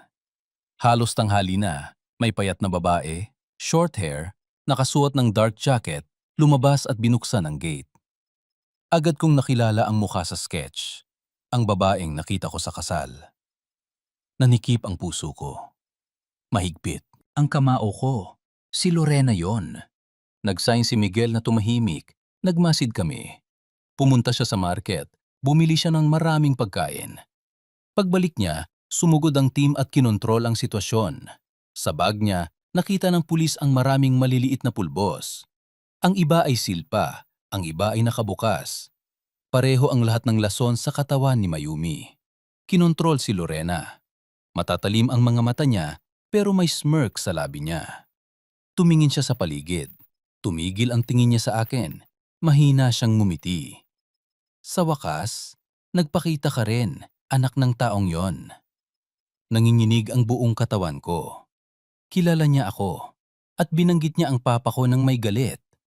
Lumapit ako. Nagminingas ang mga mata ko. "Bakit mo ginawa yon? Bakit mo sinaktan ang asawa ko?" Tumawa si Lorena. Mapang-asar ang boses niya. May hindi mo alam? Ang papa mo, niloko niya ako noon. Sinumpa ko na pagbabayaran ng pamilya mo. Ang asawa mo ay nadadil lang sa consequence mo. Yan ang patas na price. Nan marimig ko yon, parang tinamaan ako ng kidlat. Gumuho ang lahat sa harap ko. Ang papa na nirerespeto ko, nag-iwan pala ng malalim na sugat sa ibang babae. At ngayon, si Mayumi ang nagdadil sa consequence. Natigilan ako. Tuluyan ng tumulo ang luha ko. Inaresto si Lorena, pero ang salita niya ay haunting pa rin. Kailangan magbayad ng pamilya mo. Umuwi ako na parang binagyo. Alam kong ito pa lang ang simula ng chain ng masakit na katotohanan. Pagkatapos i-arrest ng pulis, ang imahe ni Lorena ay haunting pa rin sa akin buong gabi. Ang salita niya ay tila knife sa puso ko. Niloko ako ng papa mo. Kailangan magbayad ng pamilya mo. Nakahiga ako sa kama, nakatingin sa kisame. Sa tabi ko, nakatulog na si Mayumi pagkatapos ng tense na mga araw. Pero nakakunot pa rin ang noo niya. Payat ang mukha niya, puno ng pagod. Tumingin ako sa asawa ko. Awa ang nararamdaman ko. Ang taong dapat na protektado, minamahal, ay nadadil sa galit ng nakaraan na wala siyang kinalaman. Kinaumagahan, nakipagkita ako kay Miguel. Itinulak niya ang makapal na file sa akin. Seryoso ang mukha niya. Ito ang documents tungkol sa Lorena. Pero mas importante, may nakita kaming clue na may koneksyon sa papa mo. Mabilis ang tibok ng puso ko. Nanginginig ang kamay ko habang binubuksan ang file. Bawat pahina ay tila asin sa sugat. Lumabas na mahigit 30 taon na ang nakakaraan, ang papa ko na local officer noon ay may relasyon kay Lorena. Hindi sila kasal, pero nabuntis siya. Ayon sa file, na-abort ang bata sa isang matinding away. Mula noon, binalot siya ng galit. Itinuring niya ang pamilya ni Papa bilang destroyer ng buhay niya. Nabigla ako habang nagbabasa. Tumulo ang luha ko. Ang Papa sa alaala ko ay role model. Mahal niya kami. Hindi siya kailanman nagsalita ng malakas. Pero sa likod namin, nag-iwan siya ng sugat sa ibang babae. Mahigpit kong niyakap ang file. Naupo ang lalamunan ko. Bakit? Bakit nagawa yun ni Papa? At ngayon, ang asawa ko ang nagdadil sa consequence. Tinapik. Ako ni Miguel sa balikat. Malungkot ang boses niya. Walang gustong mangyari ito. Pero ang katotohanan ay katotohanan. Ang kailangan mo ngayon ay hindi sisihin si Papa, kundi protektahan ang asawa mo. Protektahan ang pamilya mo ngayon. Tumango ako, pero binabagyo ang loob ko. Hindi ko alam kung paano ko haharapin si Mayumi kapag lumabas ang masakit na katotohanan na ito. Pag-uwi, nakita ko si Mayumi na natutupi ng kumot. Tumingala siya. May pag-asa sa mata niya. Umalis ka. Pumunta ka ba kay Tito Miguel? May new ba? Nagulat ako. Parang bata akong nahuli na may tinatago. Sa huli, hinila ko si Mayumi na umupo. Mahigpit kong hinawakan ang kamay niya. Kailangan kong sabihin sa'yo ito kahit mahirap. Ang babaeng yon, si Lorena, hindi lang siya basta lumapit. May relasyon siya sa papa ko. Maraming taon na ang nakakaraan. Nawalan siya ng anak dahil sa isang incident. Mula noon, binalot siya ng galit. Tinitarget niya ang pamilya namin. Ikaw ang pinili niyang paglabasan ng galit. Natigilan si Mayumi nang marinig yon. Nanlaki ang mata niya. Naninhinig ang labi niya. Ang papa mo, ang taong tinatawag kong papa, may ganoon pala siyang ginawa? Naupo ang boses niya. Tumulo ang luha niya. Hindi ko alam ang sasabihin. Naawa ako sa iyo, kuya. Pero natatakot ako. Pakiramdam ko, outsider ako na nadamay sa isang galit na hindi ko kinalaman. Niyakap ko siya. Naupo ang lalamunan ko. Patawad. Wala kang kasalanan. Kung may kasalanan man, ang mga nauna ang gumawa. Nanunumpa ako. Hindi ko nahahayaang may manakit sa'yo. Ikaw ang asawa ko. Ikaw ang pamilya ko. Kahit ano pa ang nakaraan, hindi yon mababago. Humikbi si Mayumi. Naninghinig ang balikat niya. Alam kong hindi agad maalis ng mga salita ko ang takot niya, pero nakahilig pa rin siya sa balikat ko.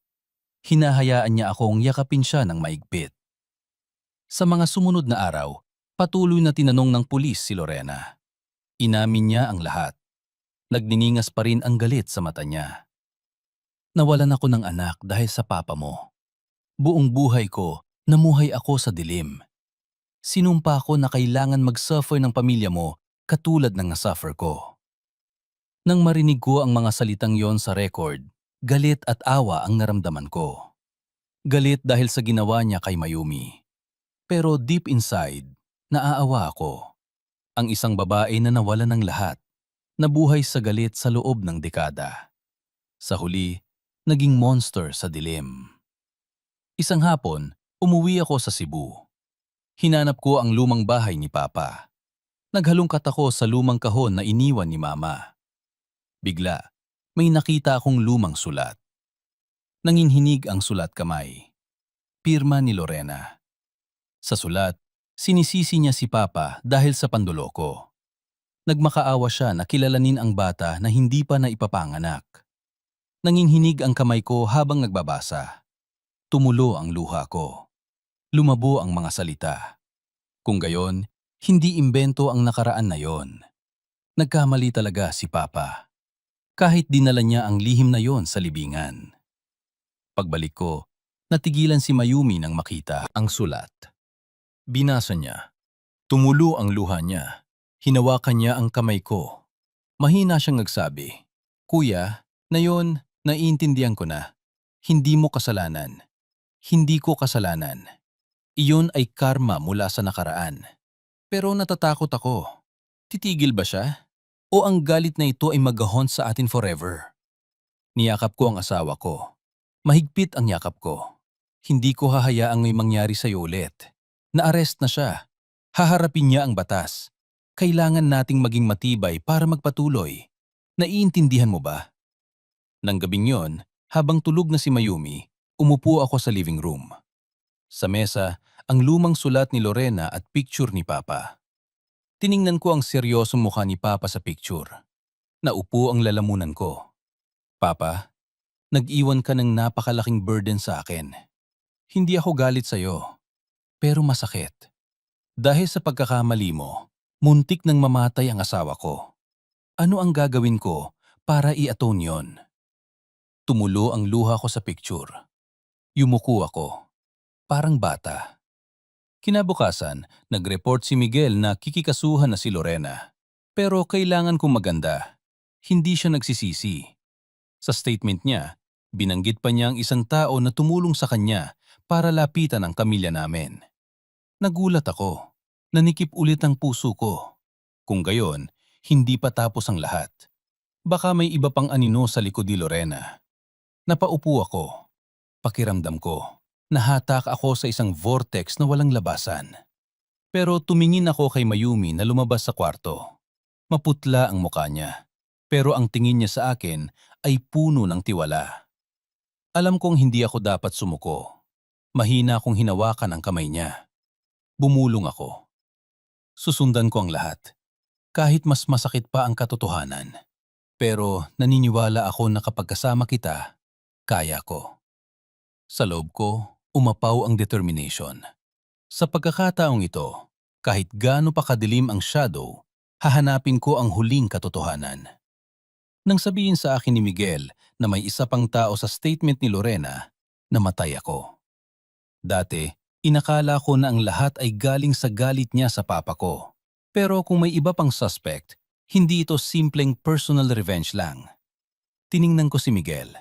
Halos hindi ako makahinga. Sino ang taong yon? Sabihin mo na. Binuksan ni Miguel ang file. Itinuro niya ang recording ng statement. Ang boses ni Lorena ay hoarse, pero malinaw. Hindi ako nag-iisa. May tumulong sa akin na lapitan ang pamilya niya. Nagbigay ng info sa akin. Nag-utos pa kung paano aaksyon ng patago.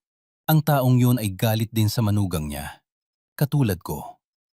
Nang lamig ako. Mabilis ang tibok ng puso ko. Galit sa manugang? Agad na pumasok sa isip ko si Mama.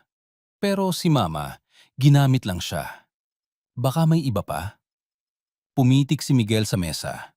Seryoso ang boses niya.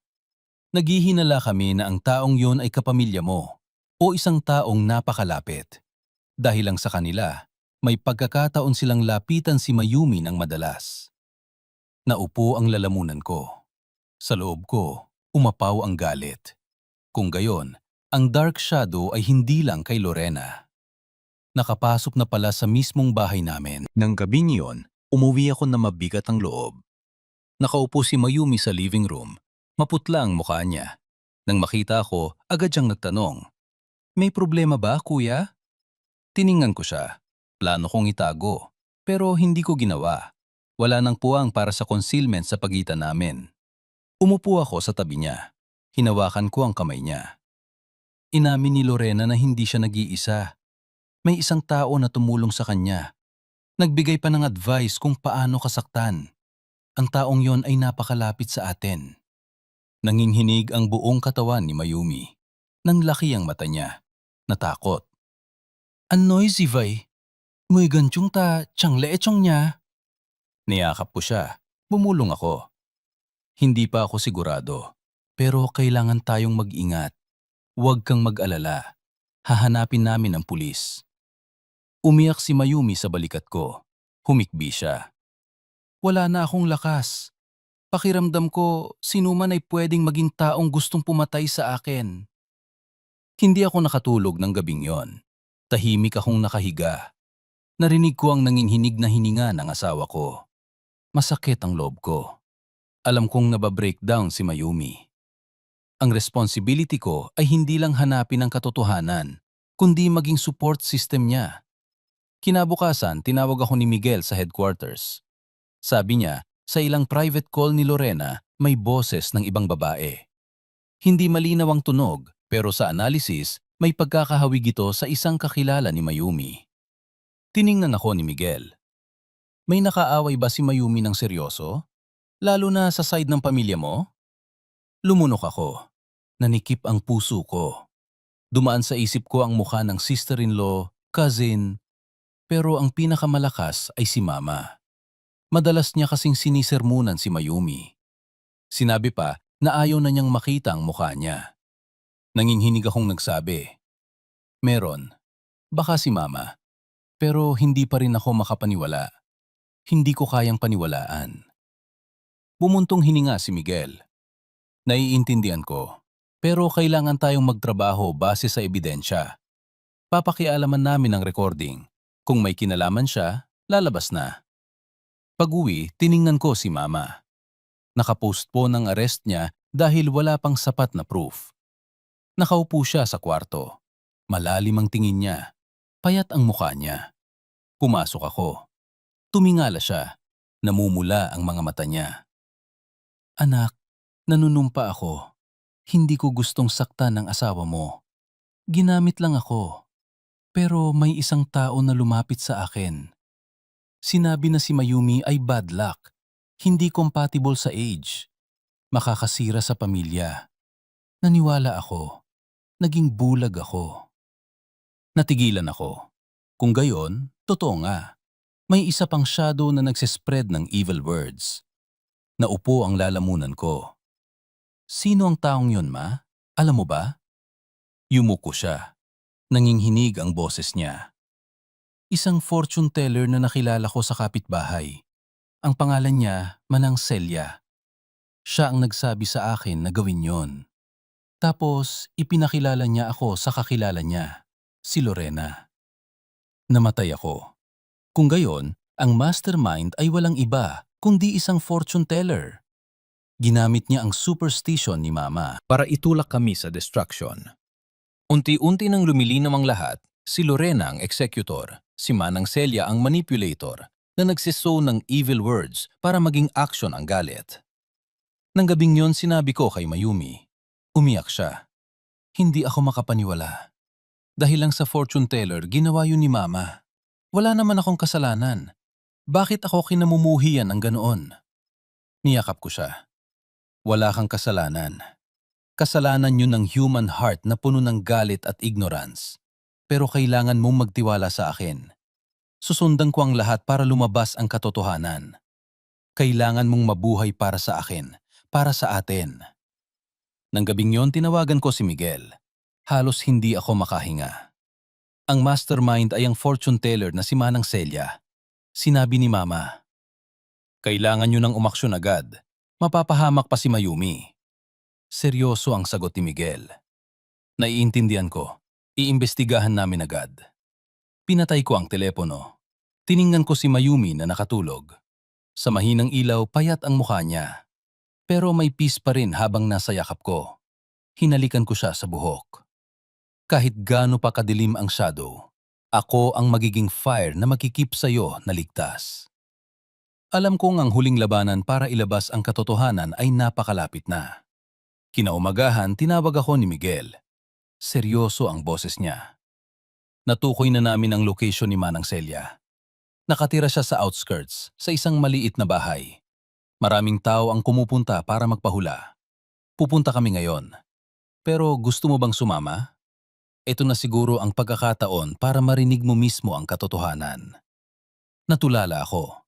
Mabilis ang tibok ng puso ko, galit at kaba. Ilang buwan akong nabuhay sa dilim ng takot. Nakita ko si Mayumi na humihina araw-araw. At ngayon, lalabas na ang mastermind. Tumanggo ako. Matigas ang boses ko. Isama mo ako.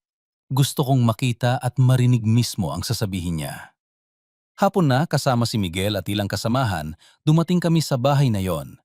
Isang lumang bahay. May wooden sign sa harap. Hula, pagsira ng sumpa. Amoy incense sa loob. May mumbling ng chanting. Pumasok ako. Nakita ko ang isang babae. Halos 50 payat.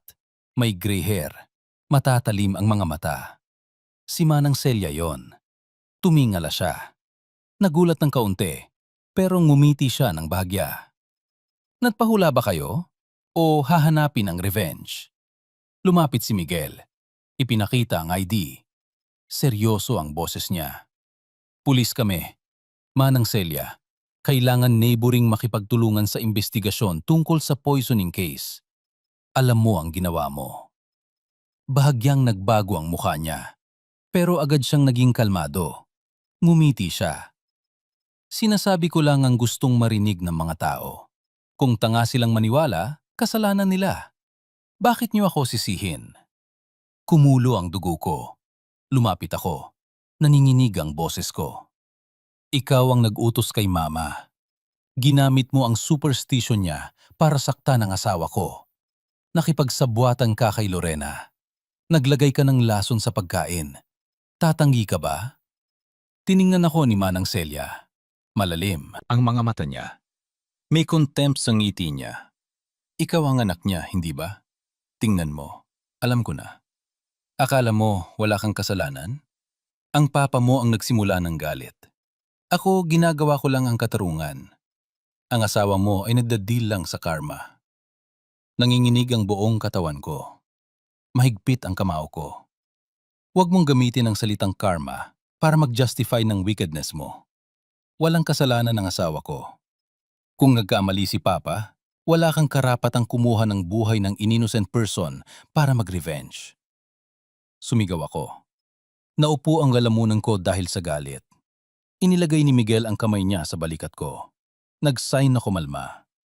Pagkatapos, tumingin siya kay Manang Celia. Sabihin mo ng malinaw, bakit mo tinitarget si Mayumi? At paano ka nag-contact kay Lorena?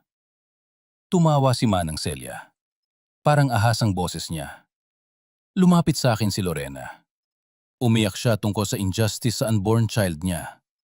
Nakita ko na may utang na dugo sa pamilya mo ang kapalaran niya. Tinulungan ko siyang makita ang daan. Sinabi ko sa mama mo na sumpa ang manugang niya. Kung hindi niya inaalis, magdidisintegrate ang pamilya. Naniwala siya. Sinunod niya. Hindi ko na kailangang gumawa ng marami. Isinabog ko lang ang seed ng doubt. Kinilabutan ako. Kung gayon, nagsimula ang lahat sa wicked words na yon. Si Mama, Dahil sa superstition na manipulate, naging tool sa kamay niya. Tiningnan ko si Manang Celia. Galit na galit ako. Naisip po ba ang consequence? Muntik nang mamatay ang asawa ko. Nasira ang pamilya namin. Ano ang nakuha mo? Tiningnan ako ni Manang Celia. Hindi nagbabago ang mata niya. Kalmado ang boses niya. Ano ang nakuha ko? Satisfaction. Dahil ang nagsimula ng evil deeds noon ay ang papa mo. Magdadil ang generation sa karma. Ako ang nagsasagawa ng law of karma. Ngumiti ako ng mapait. Tumulo ang luha ko.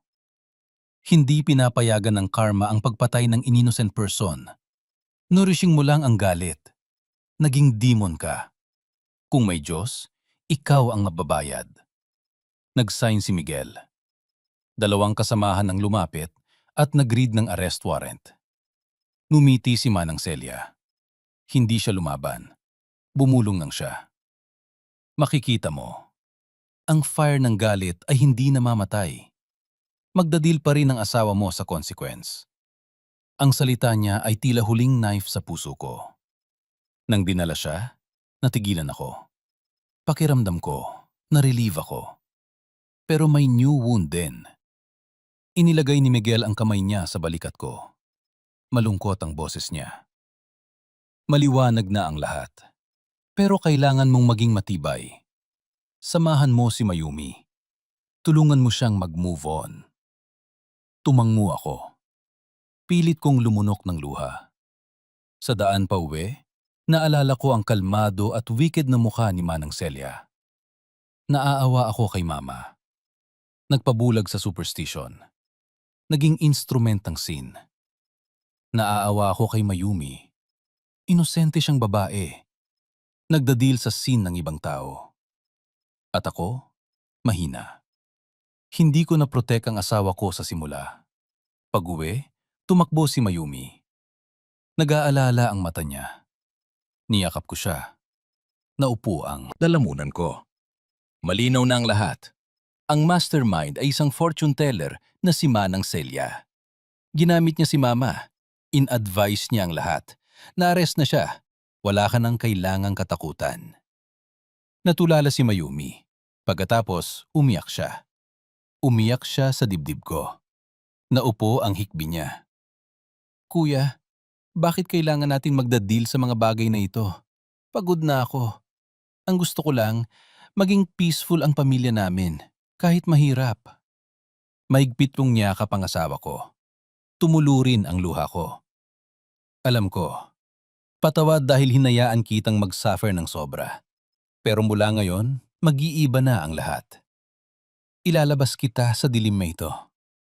Nang gabing yon, sa unang pagkakataon pagkatapos ng ilang linggo, nakatulog kami ni Mayumi ng maayos. Pero sa panaginip ko, naririnig ko pa rin ang tawa ni Manang Celia at ang salitang puno ng galit. Hindi namamatay ang apoy ng galit. Alam kong hindi pa tapos ang labanan. Kahit na-arrest na si Manang Celia, ang sugat sa puso namin ay nandoon pa rin. At alam kong ang huling part ng kwento ay kung paano kami babangon ni Mayumi mula sa distraction. Hanapin ang liwanag para sa sarili namin. Sa mga sumunod na araw pagkatapos ma-arrest si Manang Celia, unti-unting naging tahimik ang maliit naming bahay. Wala nang footsteps na nagbabantay. Wala nang suspicious na tingin. Pero hindi pa rin kami peaceful sa loob. Sa tuwing tinitingnan ko ang asawa ko, pilit siyang mumiti. Pero ang mata niya ay pagod pa rin. Sumisikip ang puso ko. Ang long-term na haunting ay nag-iwan ng malalim na sugat sa puso niya.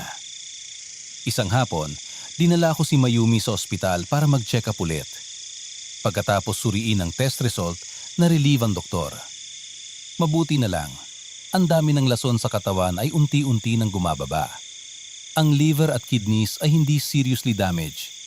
Kailangan lang niyang magpahinga, kumain ng masustansya at maging positive ang mindset para gumaling. Nang marinig ko ang doktor, parang nabunutan ako ng tinik. Mahigpit kong hinawakan ang kamay ni Mayumi. Bumulong ako. Narinig mo? Gagaling ka na. Wala nang magbabanta sa'yo. Tumingin sa akin si Mayumi. Namumula ang mata niya. Tumango siya. Paglabas namin sa ospital, naglakad kami. Malamig ang hangin. Ang mga dahon ay nag-iingay. Tila may ibinubulong. Bigla siyang huminto. Tumingala sa langit. Kuya, wala na akong galit kahit kanino. Ang gusto ko lang, mabuhay tayong payapa mula ngayon. Kahit mahirap. Pagod na ako sa galit. Miyakap ko siya. Ang mukha ko ay nakabaon sa buhok niya. Ako rin, naintindihan ko na. Ang galit ay nagdadala lang ng more galit. Kailangan nating mabuhay para sa present at future. Pag-uwi, nagdesisyon akong magdasal sa libingan ni Papa. Tiningnan ko ang picture niya. Masakit ang loob ko. Bumulong ako. Papa, alam ko na ang katotohanan. Hindi ako galit sa'yo. Pero nag-iwan ka ng napakalaking sugat. Dahil sa'yo, nag-suffer ang asawa ko. Mabubuhay ako ng maayos. Poprotektahan ko si Mayumi forever. Sana ay. Naiintindihan mo ako at magbigay ng blessings sa pamilya namin. Ang usok ng incense ay umakyat ng slowly, parang tahimik na sagot. Si Mama, si Aling Corazon, pagkatapos ng lahat, humina siya. Tahimik siyang nakaupo sa kwarto. Namuti ang buhok niya. Malungkot ang pingin. Isang gabi, tinawag niya kami ni Mayumi. Nanginginig ang boses niya. Patawad mga anak. Dahil sa superstition, dahil sa bad advice, unti ko nang masaktan ang manugang ko. Nagsisisi ako. Bawat gabi, nagbabangungot ako. Mayumi, mapapatawad mo ba ako? Umiyak siya. Hinawakan ni Mayumi ang kamay niya. Tumulo rin ang luha ni Mayumi. Mama, hindi ako galit sa inyo. Alam kong ginamit lang kayo. Ang gusto ko lang mula ngayon, magtiwala kayo sa pamilya. Huwag na kayong maniwala sa superstition. Manugang niyo pa rin ako. Gusto ko pa rin kayong alagaan habang buhay. Nang marinig yon, niyakap ni Mama si Mayumi. Umiyak silang pareho. Ang eksenang yon ay nagpalambot sa akin. Sa sandaling yon, naramdaman ko na ang basag na relasyon ay bumabalik dahil sa pagmamahal. Ang case ni Lorena at Manang Celia ay dinemanda. Si Lorena ay hinatulan ng matinding parusa dahil sa intentional poisoning. Si Manang Celia ay sinisisi sa incitement at fraud. Sa court, tumayo ako. Nanginginig ang boses ko. Wala na akong galit. Ang gusto ko lang, maintindihan ninyo. Ang revenge ay hindi nagdadala ng peace. Ang letting go lang ng galit ang magdadala ng peace. Nagsuffer ng sobrang asawa ko. Pero nandito pa rin kami. Iyon ang hindi niyo makukuha. Natahimik si Lorena. Malabo ang mga mata niya. Si Manang Celia ay ngumiti pa rin ng bahagya. Pero wala na akong pake. Alam kong ginawa na ng batas ang partito. Kailangan ko ng mabuhay. Pagkatapos nun, mas marami akong oras kay Mayumi. Dinala ko siya sa probinsya. Nag-hike kami. Nag-enjoy sa nature. Sinimulan ko ring matuto magluto ng mga favorite niya. Kahit clumsy ako, lagi siyang namumingiti at sumusuporta sa akin. Unti-unting bumalik ang kulay sa mukha ni Mayumi. Madalas na siyang ngumiti. Nararamdaman ko na bumabalik na ang liwanag sa buhay namin. Isang umaga, hinawakan ni Mayumi ang kamay ko. Mahina siyang nagsabi, "Kuya, natuto ako ng isang bagay. Huwag nating hawakan ang nakaraan. Hindi na yon magbabago. Ang importante ay ang present at future." Nasa tabi kita. Kasama ko si Mama. Enough na. Miyakap ko siya. Simple ang happiness ko. Tama. Kahit may bagyo na, ang most precious ay magkasama pa rin kami. Nang gabing yon, nagsulat ako sa diary ko. Ang happiness ay hindi absence ng sakit, kundi pagdaig sa sakit together. Ang lahat ng galit ay magpapalipas. Ang pag-ibig at forgiveness lang ang mananatili. Inilagay ko ang notebook sa mesa. Tiningnan ko si Mayumi nang ngumingiti sa ilaw. Peaceful ang pakiramdam ko. Ang kwento namin ay unique, pero nagturo sa akin ng isang bagay. Kahit gaano pa kadilim ang nakaraan, basta't may pag-ibig, makakapagpatuloy ka. Naniniwala ako na ang mga sugat ay maghihilom at ang pamilya namin ay mabubuhay ng isang new, peaceful at happy life. Ang kwento tungkol sa pag-check up ng asawa ko, ang bulong ng doktor, at ang katotohanan na nagbigla sa lahat ay natapos na. Pero ang etyo nito ay mananatili sa puso namin. Mula sa isang ordinary na check-up, ang buong pamilya namin ay humarap sa conspiracy, galit at shadow ng nakaraan. Si Mayumi, isang innocent woman, ay naging biktima. Si Mama, dahil sa superstition, muntik ng magkasala. At ako, kinailangan kong masaksihan ang painful truth tungkol sa papa ko. Pero sa huli, lumabas ang katotohanan. Naparusahan ng evil at pinili namin ang forgiveness para mapatuloy. Ang greatest lesson dito ay, huwag hayaan ng galit o superstition na magtakip sa rationality. Sa buhay, may challenges, may shadows. Pero kung patuloy kang mag-harbor ng galit, lalamunin nito ang future mo. Matuto kang harapin, bitawan, at magtiwala sa pag-ibig. Ang pamilya ay magiging happy lang kapag may understanding, compassion, at true love.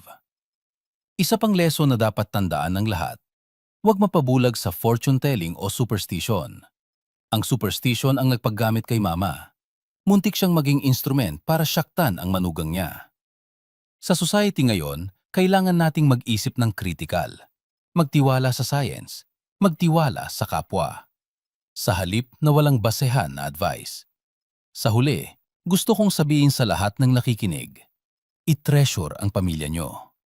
Kapag may problema, ang tanging hawak natin ay hindi pera, hindi walang basehan na pangako, kundi ang pag-ibig at samahan.